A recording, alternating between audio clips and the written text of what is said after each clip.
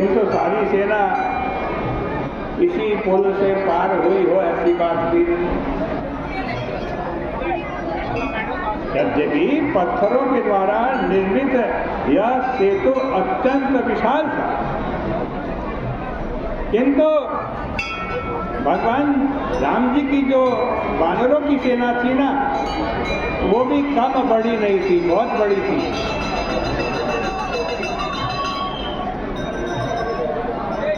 फिर समुद्र की विशालता के समक्ष सेतु की विशालता भी नगण्य जान पड़ रही।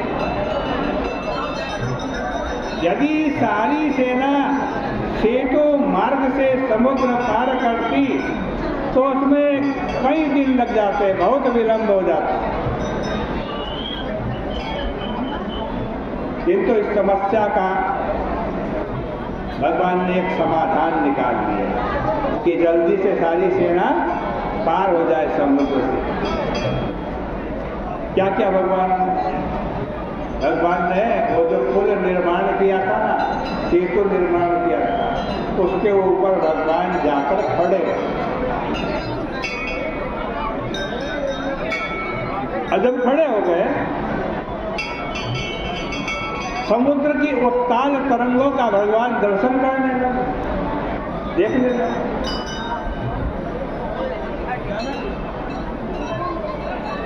समुद्र की विशालता,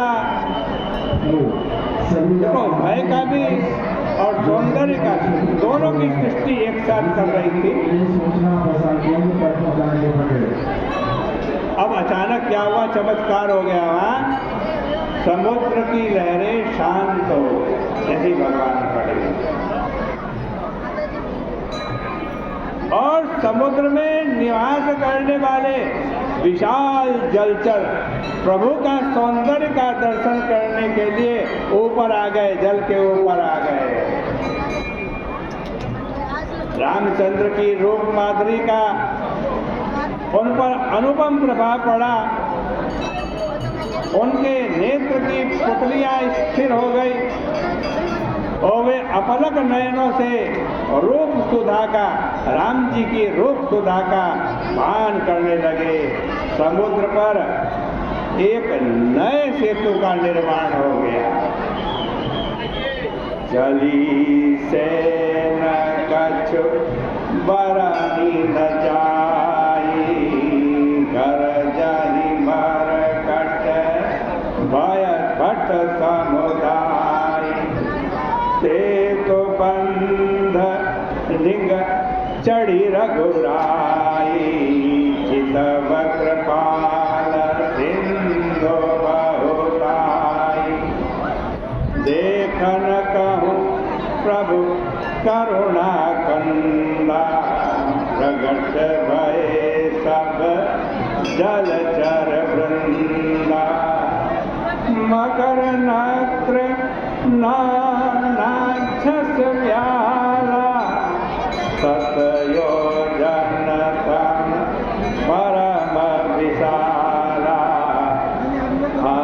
आई से एक दिन हरि जे चाही, एकन के दर लेकिन प्रभु मिलो कहीं तरनी नटारे, मन हरसित नग भये सुखारे। दिन की ओट न देखई बारी, मगन भय हरि रूप निहारी।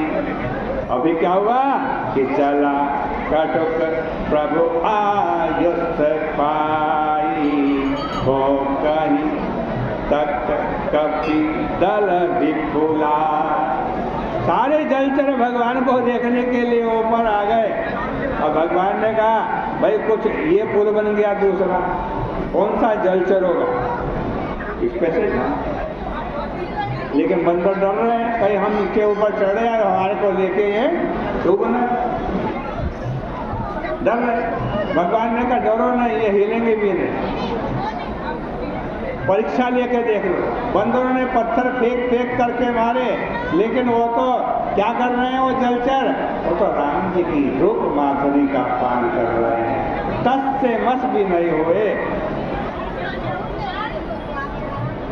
अब जो तीनों चीजें देखो आप, भगवान को पाने के 3 मार्ग हैं, अभी मैं कह रहा था।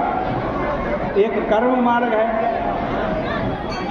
एक भक्ति मार्ग है और एक ज्ञान मार्ग। जो ये पत्थरों से बनाया गया पुल है ना, ये कर्म मार्ग है। और ये जो जलचरों का पुल बन गया, ये कृपा मार्ग है। भगवान की भक्ति करोगे, भगवान कृपा करेंगे, संसार सागर से भी आपको सरलता से पार उतार। और तीसरा मार्ग ज्ञान का मार्ग है। कुछ पत्थर के बने हुए पुल से समुद्र पार करते हैं, कुछ जल जीवों के द्वारा बनाए गए पुल से समुद्र को पार करते हैं, और कुछ आकाश मार्ग से पार करते हैं। आकाश मार्ग क्या है? ये ज्ञान का मार्ग है।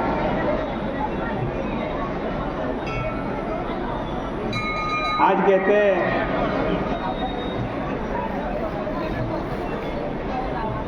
इस प्रकार से कि समुद्र पार करने की जो ये भगवान की लीला है, ये बड़ी विचित्र है। ये हमारे को आध्यात्मिक रूप से आज ये भी संदेश देती है कि भगवान की प्राप्ति भाई 3 मार्ग से हो सकती है। या तो निष्काम भाव से कर्म करें, कर्म तो करें, लेकिन अभिमान का बोझ नहीं होना चाहिए, नहीं तो डूब जाओगे भाई।